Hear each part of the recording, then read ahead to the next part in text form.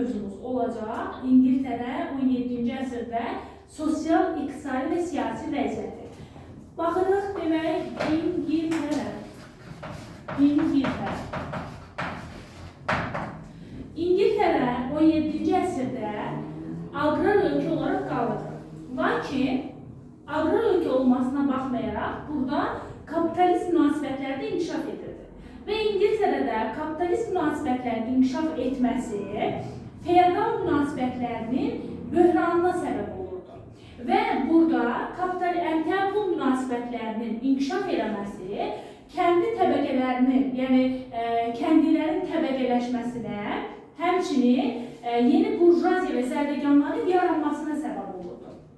Və burada kapitalist münasibətləri inkişaf etdikcə, məhz bu inkişafın qarşısında duran ən böyük maliyyə 17-ci əsrdə İngiltərənin siyasi hakimiyyətində mütləqiyyətin qalması idi. Yəni 17-ci əsrdə İngiltərədə mütləqiyyət hökm sürürdü, lakin İngiltərədəki mütləqiyyət Fransadakı və deyək ki, Avstriyadakı kimi güclü deyildi. Niyə? Çünki burada parlament də vardı. Düzdür, parlament krala tabi idi və silki orqanı idi. Amma yenə də burada mütləqiyyət mövcuddur. Həmçinin bu dövrdə kapitalist münasibətləri inkişaf etdikcə feodal münasibətlərinin qalmasının tərəfdarları və əleyhidarları olaraq əhali bölünürdü qruplara. Və bu dövrdə demək, puritançılıq var idi. Məsələn, biz bilirik ki, Almaniyada reformasiya nəticəsində protestantlar meydana gəlmişdi. Həmin o protestantlar İngiltərədə puritanlar adlanırdı. Həmçinin reformasiya nəticəsində 16-cı əsrdə İngiltərədə Anglikan kilsəsi də meydana gəlmişdi.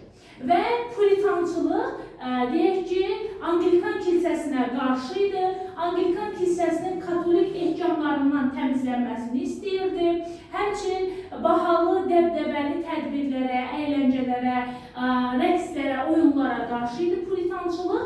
Lakin Anglikan kilsəsi isə məhz mütləqiyyətin əsas dayağı idi.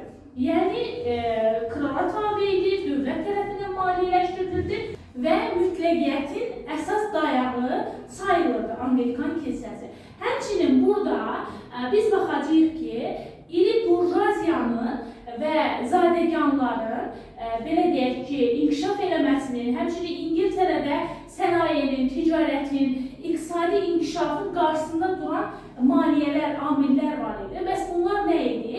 Məsələn, burjuaziyanın və iri zadəganların mənafelərinin nəzərə alınmaması, həmçinin bu dövrdə hökumətin sənaye və ticarətdə bəzi, deyək ki, şəxslərə inhisar hüququnun verilməsi, yəni inhisarlaşma nədir?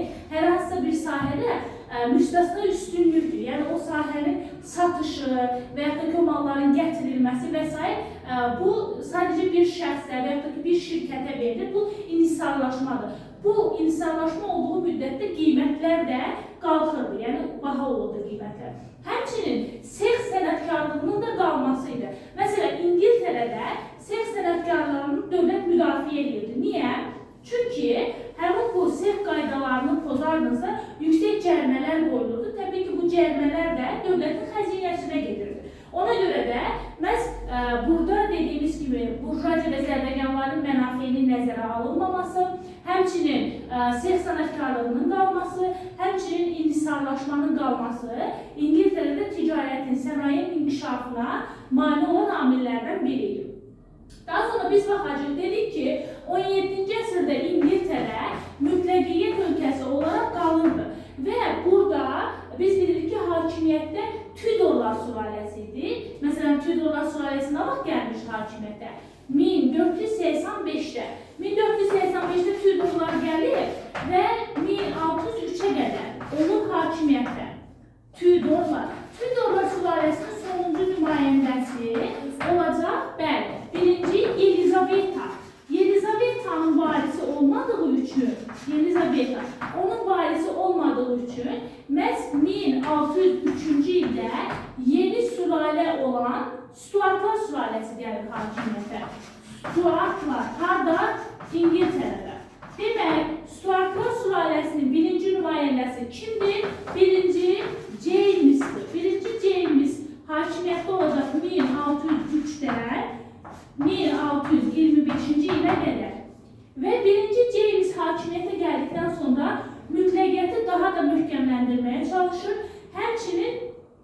deyir, hakimiyyətin ona Tanrı tərəfindən verildiyini və yalnız ona hesabat verməli olduğunu, həmçinin parlament hakimiyyətində ləğv olunmasını istəyirdi. Və burada təbii ki, belə bir biz bilirik ki, məsələn, İngiltərədə ilk parlament nə vaxt çağırılmışdı?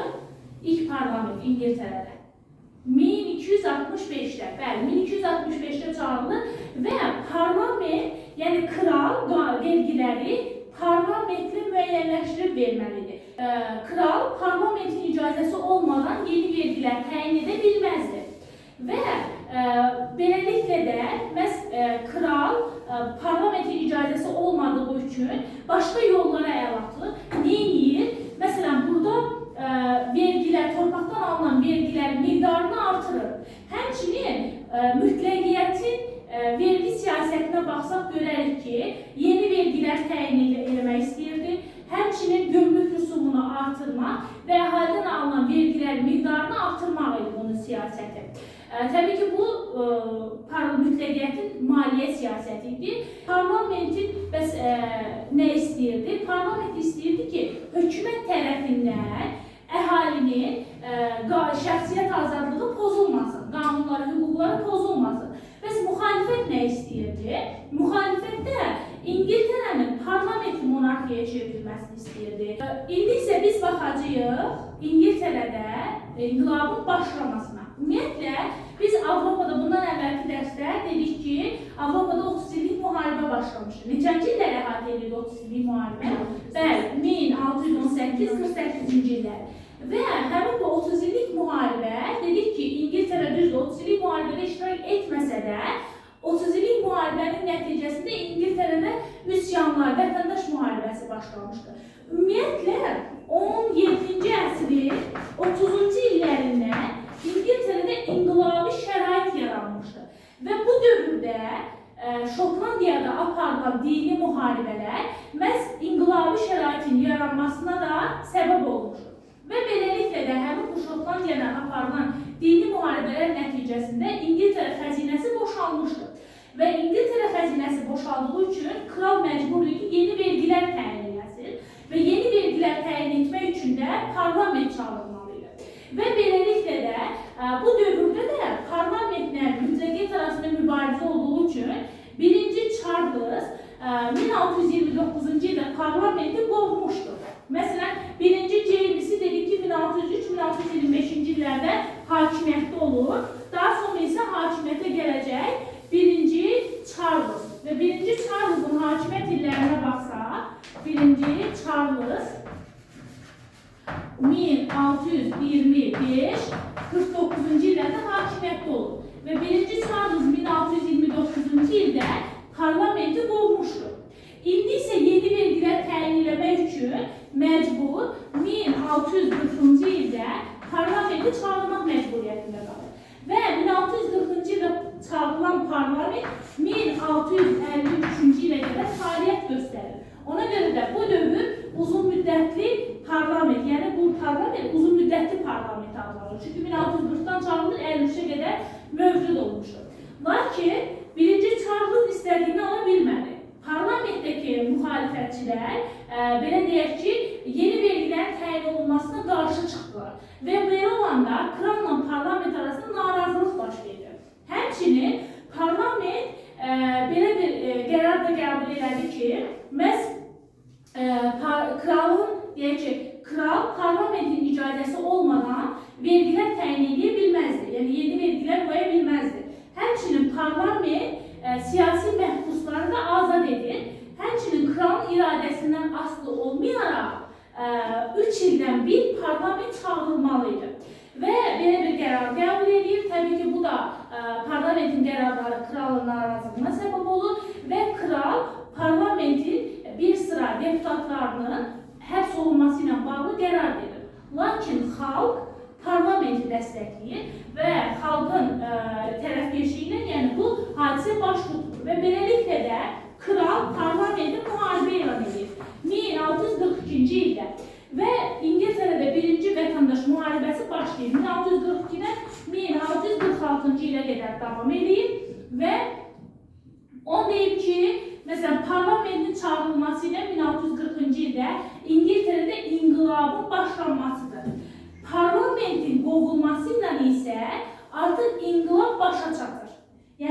başlayan inqilab 1640-cı ildə, başa çatması 1653 olacaq. Vətəndaş müharibəsi isə 1642-dən 1646-cı illərə əhatə edib birinci vətəndaş müharibəsi. Və bir il olacaqdı, o da 1648-də indi ondan danışacaq. Bu birinci vətəndaş müharibəsində ilk əvvəl parlament ordusu uğursuzluğa düçar olur. Niyə? Çünki parlamentin ordusu nizamsız şəkildə idi, təchizat cəhətdən zəif idi, vahid başçılıq edən yox idi və s. Həm də muzlu döyüşçülərdən, kömürlərdən ibarət idi. Təbii ki, bu məğlub olmasına gətirib çıxarmışdır. Daha sonra isə Məsələn, Oliver Cromwell parlament ordusunun başçısı seçilir və 1645-ci ildə hərbi islahat keçirilir Oliver Cromwell və onun hərbi islahatına görə səyahkarlardan və kəndlərdən ibarət qoşun toplanır, vahid mərkəzdən və vahid maliyyə xidməti olan, yəni bir ordu toplanır, könüllü şəkildə təxminən 70 minə qədər ordu toplanmışdır. Və beləliklə də 1645-ci ildə baş verən Neysbi döyüşündə parlament ordusu qalib gəlir. Kral qaçır Şotlandiyaya, lakin Şotlandlar kralı tutaraq parlamentə təslim edirlər. Və beləliklə də demək, birinci vətəndaş müharibəsi parlamentin qələbəsi ilə başa çatır. Və onu da deyim ki, parlamentin, məsələn, bu müharibə başladıqdan sonra aqrar sahədə keçirdiyi islahata baxsaq görərik ki, ruhanilərin, kralın, kral tərəfdarlarının torpaqları əllərindən alaraq böyük sahələrdə satışa çıxardı. Və həmin o satışa çıxarılan torpaqları da burjuaziya və ordunun zabitləri almışlar. Yəni, zadəganlar və ordunun zabitləri alır torpaqları və kəndlilər hələ də torpaqdan asılı vəziyyətdə idilər. Yəni, torpağa asılılıqdan azad ola bilmədilər və hələ də zadəganların torpaqlarında çalışırdılar. Ümumiyyətlə, ona deyim ki, parlamentin keçirdiyi aqrar sahədəki islahat və yaxud da ki, maliyyə sahəsindəki islahat heç biri kəndinin xeyrinə olmamışdır. Və maliyyə sahəsindəki deyək ki, islahatlara da baxsaq görərik ki, müharibə nəticəsində təbii ki, böyük vəsait lazım idi, xəzinə boşalmışdı. Ona görə də parlament vergiləri artırır. Yəni, kəndlər üzərinə qoyulan vergiləri artırmışdı. Kral parlamentin üstünlüyü ilə barışmaq istəmirdi. Ona görə də ikinci dəfə vətəndaş müharibəsi başlayır. İkinci vətəndaş müharibəsi olacaq 1648-ci ildə. İkinci vətəndaş müharibəsində bu dəfə Şotlandiya krala kömək edir. Yəni, birinci dəfə tutub təqsim eləmişdi. İkinci dəfə Şotlandiyada krala kömək eləsə də belə, yenə kral məğlub olur və 1649-cu ildə məhz xalqın tələbi ilə, məhkəmənin qərarı ilə kral edam olunur. 1649-cu ildə kralın edamı ilə Lordlar Palatası ləğv olunur, Stuartların hakimiyyətinin birinci dövrü başa çatır və 1649-cu ildə İngiltərə Respublika elan olunur və 1649-dan 1653-cü ilə qədər İngiltərədə Respublika dövrüdür. Respublika dövründə İngiltərəni idarə edir bir palatalı parlament, yəni qanunverici hakimiyyət parlamentə məxsusdur, icra hakimiyyəti məxsusdur Dövlət Şurasına. Həmçinin hər ikisində, yəni həm icra edici, həm qanunverici qurumlarda zadəganlar və burjuaziya əsas təşkil edirdi. Yəni həmin o təşkilatların əsasını təşkil edirdi. Və bundan sonra biz baxacağıq Respublika dövründə İngiltərənin siyasətinə. Məsələn, iqtisadiyyatda İngiltərənin siyasətinə baxsaq, Holland gəmilərində İngiltərəyə hər hansısa bir deyək ki, məhsulların, məmulatların gətirilməsi qadağan olundu. Bu ticarətdə Hollandiyanın İngiltərədən daha üstün mövqe tutması ilə bağlı idi. Çünki İngiltərə xaricdən hər hansısa məmulatları gətirəndə Holland gəmilərinə istifadə edirdi. Artıq buna qadağa qoyur. Həmçinin İngiltərəyə yun və ipək parçaların gətirilməsi də qadağan olunmuşdur. Yəni, İngiltərəyə yun və ipək parçaların gətirilməsi və Holland gəmilərində gətirilməsi qadağa qoyulmuşdur. Ondan sonra, məsələn, biz baxacağıq burada İngiltərənin xarici siyasətinə, Respublika dövründə xarici siyasətinə baxsaq görərik ki,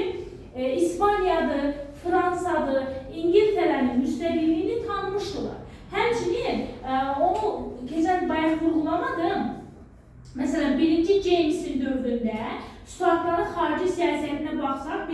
James nikah diplomatiyası ilə İspaniya ilə yaxınlaşmışdı. Lakin yenə də dənizlərdə və müstəmləkələrdə deyək ki, İspaniya hələ də İngiltərənin rəqibi olaraq qalırdı. Sadəcə xarici siyasətdə onun yaxınlaşmağı elə bil ki, ön mövqeyə qoymuşdu 1. James. İndi də Respublika dövründə İspaniya ilə Fransa İngiltərənin müstəqilliyini tanıyır. Həmçinin İngiltərə, Hollandiya və Portuqaliya ilə olan müharibələrdə qalib gəlir. Və onu da vurğulayım ki, İngiltərə bu dövrdə müstəmləkələrdə və dənizlərdə güclü donanma yaratma siyasətinə də başlamışdır. Bundan sonra biz baxacağıq parlament ordusunun deyək ki, atdığı addımlara. Məsələn, bu dövrdə parlament ordusu nə edir? İrlandiyanı işğal eləmək istəyir. Niyə? Çünki burada kapitalizmi inkişaf elətdirmək üçün İrlandiyanı işğal edir. Həmin dövrdə Şotlandiyanı da işğal edəcəkdir. Və İrlandiyanın işğal edilməsi İngiltərədə burjuaziya və zadəganların daha da varlanmasına gətirib çıxarmışdır. Demək, parlament ordusunun İrlandiyanı işğal etməsi, ardında Şotlandiyanı işğal etməsi artıq burada inqilabi ordunun işğalçı orduya çevrilməsinə gətirib çıxarmışdır. Həmçinin 17-ci əsrin 50-ci illərində artıq Respublikada, Respublika dövründə əhali parlamenti olan, yəni Respublikaya olan inamını itirmişdir. Bu dövrdə də, Respublika dövründə parlament burada aparıcı idarəçi qüvvə olduğu üçün məhz əhali parlamentdən narazı idi. Məhz bu dövrdə də ordunun başçısı olan Oliver Cromwell bundan istifadə etməyə başlayır. Və ümumiyyətlə parlament bu dövrdə tamamilə hakimiyyəti əlinə almaq üçün burada seçkiləri də deyək ki, bir müddət təxirə salmışdır. Və deyək ki, ordunu buraxmaq istəyirdi.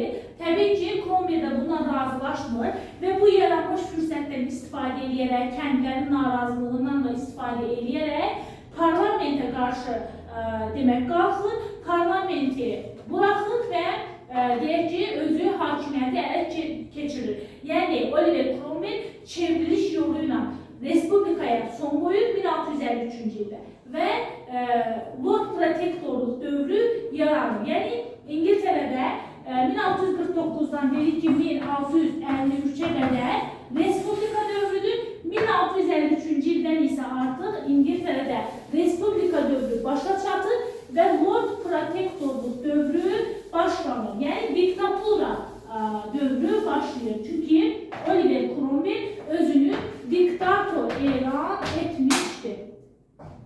1660-cı ilə qədər.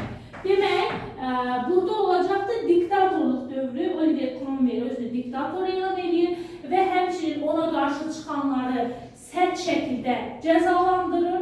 Həmçinin burada onu deyim ki, bunun Lord Protectorluq dövründə çox sərt qaydalarla İngiltərəni idarə etməyə başlamışdır. Həmçinin bu katoliklərdən başqa digər xristiyanlara dini dözümlük göstərirdi. Həmçinin puritanların qarşı çıxdığı rəqslər, oyunlar, əyləncələr də məhz deyək ki, Cromwellin siyasətinə uyğun idi. Ona görə də puritançılığı dəstəkləyirdi. Bəs kəndlilər nə istəyirdi? Kəndlilər çəpərləmələrin ləğv olunmasını istəyirdi. Çünki birinci vətəndaş müharibəsindən sonra parlament qalib gəldikdən sonra parlamentin siyasətindən danışdıq. Həmin dövrdə parlament çəpərləmələrə rəsmi şəkildə icazə vermişdi. İndi isə Lord Protectorluq dövründə məhz kəndlilər çəpərləmələrin ləğv olunmasını, vergilərin də tənzimlənməsini istəyirdilər bu dövrdə.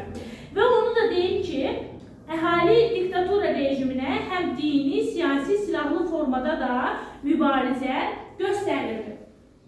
Bundan sonra biz baxacağıq İngiltərədə demək Cromwell vəfat etdikdən sonra bir də Cromwell dövləti generalların köməyi ilə idarə edirdi. Cromwell vəfat etdikdən sonra 1660-cı ildə demək parlament Stuartların hakimiyyətini yenidən bərpa edəcək. Və 1660-cı ildən 1685-ə qədər hakimiyyətdə olacaqdır kim? İkinci Charles. Charles gələcək hakimiyyətdə. Hətta bunlar Charles'dan öhdəliklər alacaq. ki, inqilab dövründə kiləri təqib etməyəcək, həmçinin onların torpaqlarına toxunmayacaq və bu barədə təminat aldıqdan sonra onu hakimiyyətə gətirilir. Hakimiyyətə gəldikdən sonra isə Çarlıq bunların heç birini yerinə yetirmir. Bundan sonra isə 1685-ci ildə 2-ci James gələcək hakimiyyətə. 2-ci James 1685-88-ci illərdə. 2-ci James isə Katolik dinini deyək ki, hakim dinə çevirmək istəyir. Bu da yepiskopların narazılığına səbəb olur. Çünki katolikləri deyək ki, idarə etmədə hakim vəzifələrə gətirir və bu da İngiltərədə narazılığa səbəb olur və bunlar oranlı Vilhelmə müraciət edirlər. O da kim idi? Protestant idi və 1688-ci ildə İngiltərədə çevriliş baş verir. Oranlı Vilhelm gəlir hakimiyyətə və oranlı Vilhelm Katolik dininə qarşı idi təbii ki. Və bu dövrdə artıq bu çevriliş nəticəsində 1689-cu ildə də hüquqlar haqqında biri qəbul edir və bundan sonra İngiltərə parlamentli monarxiya çevrilir. Yəni, nə vaxt 1689-cu ildə, 1688-ci ildə bu çevriliş dinc yolla baş verdiyi üçün şanlı inqilab adlanırdı. 1689-cu ildə də hüquqlar haqqında biri qəbul edilir və bununla da İngiltərə parlamentli monarxiya çevrilir. Bundan sonra 1707-ci ildə İngiltərə ilə Şotlandiyanın birləşməsi nəticəsində Böyük Britaniya adlanmağa başlanmışdı İngiltərə.